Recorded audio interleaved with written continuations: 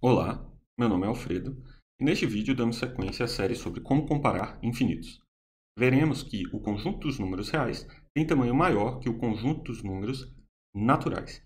E nesse caso usaremos o argumento diagonal de Cantor, um argumento muito importante na história da matemática e, em especial, nos fundamentos da teoria dos conjuntos.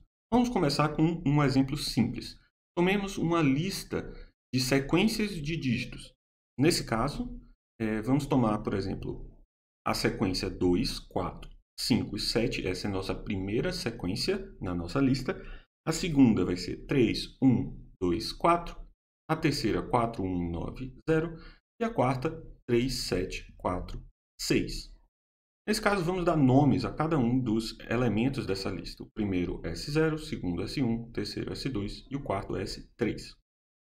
Vamos definir uma operação de soma 1, uma soma especial, e adiciona 1 ao dígito em questão, e caso o dígito seja o dígito 9, nós transformamos ele em 0.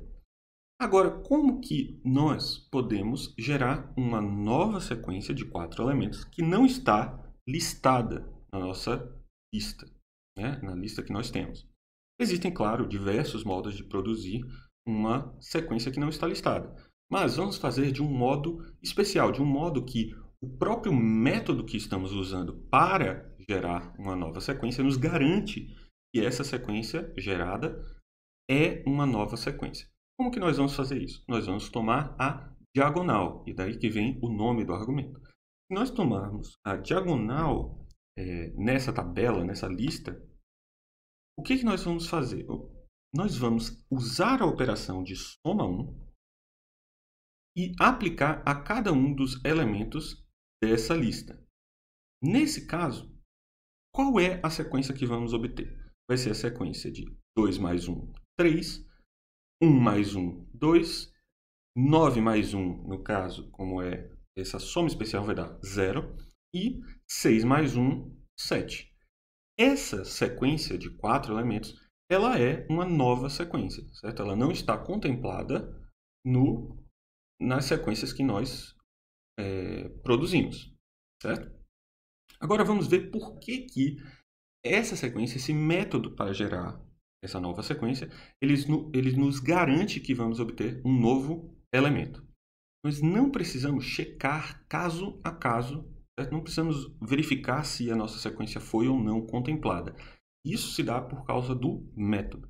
Veja, se nós tomamos a sequência S, ela é composta do quê? Do elemento 0, né? Do primeiro elemento da primeira sequência, certo? Que é o elemento 0 da sequência 0. Então, a gente anota isso como S00.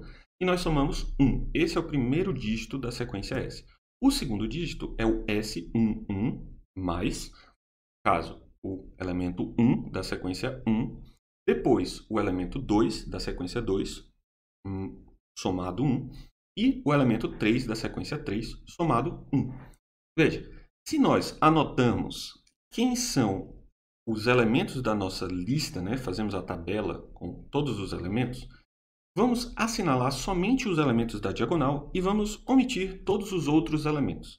Nesse caso, verifique que a gente tem o S00, S11, S22, S33. Veja, se nós observamos o primeiro elemento, o elemento 0 da sequência S e o elemento 0 da sequência 0, esses dois são elementos distintos, afinal eu somei 1.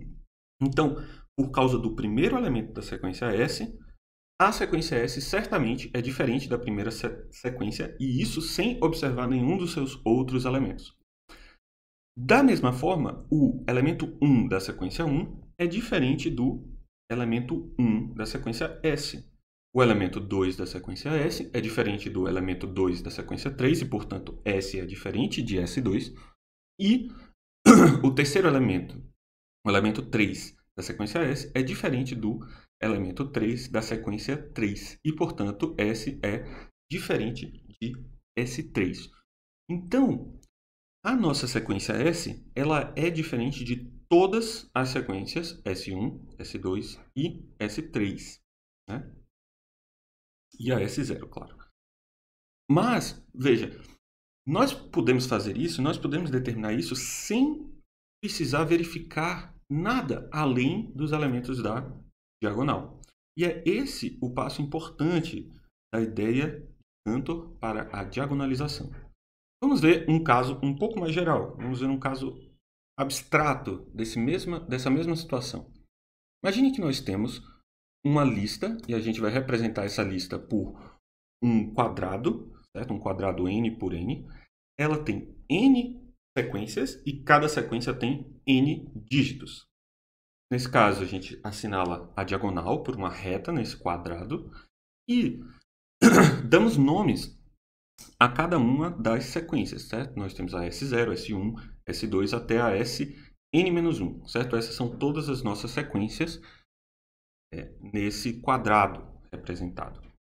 Então, para gerar um novo elemento que não está listado, que certamente não está listado, o que vamos fazer é usar a nossa soma especial e aplicar ela a cada um dos elementos da diagonal e obter uma nova sequência de n elementos. Essa sequência, ela vai ser, no caso, um A, certo? A sequência A, que vai ter elementos S00 mais, S1 mais, e assim por diante até Sn-1, N-1 mais.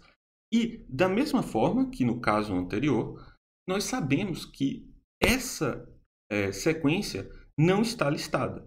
Por quê? Porque ela é diferente da sequência 0 por causa do seu elemento 0, ela é diferente da sequência 1 por causa do seu elemento 1, e assim por diante. Então, nós sabemos que essa sequência é nova, ela não está na lista, e sabemos isso pelo método usado para gerá-la.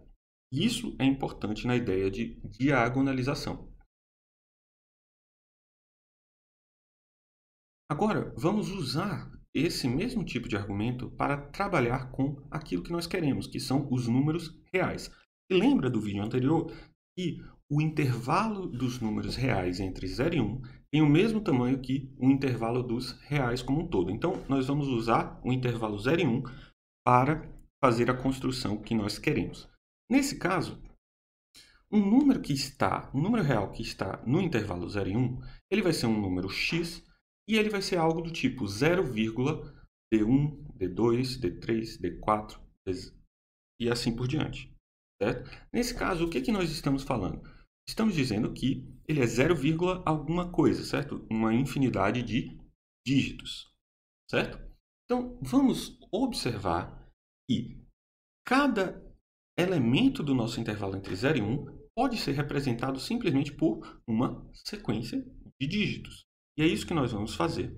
E agora, vamos listar os membros de 0, 1. O que significa listar? Eu vou fazer uma lista que é como se eu estivesse assinalando o valor 0, 1, 2, 3 a cada um dos elementos do meu intervalo 0 e 1. Ou seja, seria enumerar esse intervalo ou criar uma bijeção entre os naturais e o intervalo entre 0 e 1. Nesse caso, o que nós vamos ter? Nós vamos ter, ao fazer essa lista, vamos ter algo com o seguinte formato. Nós vamos ter S0, S1, S2 e assim por diante. E nós vamos ter os seus membros, certo? O D00, que é o dígito 0 da sequência 0, o D01, que é o dígito 1 da sequência 0, e assim por diante, como a gente pode ver aqui desenhado. Então, se nós tomamos o elemento A, certo? O elemento da diagonal, certo? Fazemos a partir do mesmo processo a soma especial a cada um dos elementos dessa diagonal infinita, nós vamos obter um número real, A, que é igual a 0,D00 mais, D11 mais, D22 mais, e assim por diante, certo? Esse é um número real e é um número real entre 0 e 1.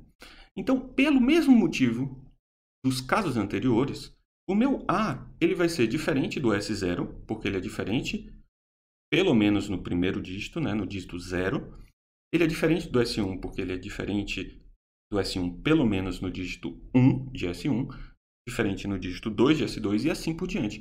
Então, o meu elemento A, o meu número real A, ele é um elemento que não está listado, certo? Bom, isso já pode parecer estranho. Como assim? Essa lista não deveria contemplar todos os números entre 0 e 1? Bom, exatamente isso. Então, é aqui que está o absurdo. A nossa prova é uma prova por absurdo. O que significa isso? Nós vamos supor que existe uma bijeção entre os números naturais e o intervalo 0 e 1 e mostrar que isso é absurdo, né? Não pode acontecer. Nós vamos chegar à conclusão de que algo absurdo acontece, como 1 igual a 0, algo é igual e diferente a outro, certo? E assim por diante. Então, nós vamos ter que qualquer modo de listar os elementos de 0 e 1, como nós acabamos de ver, ele é de tal modo que nem todos os números estão listados. Terá números que não estão listados.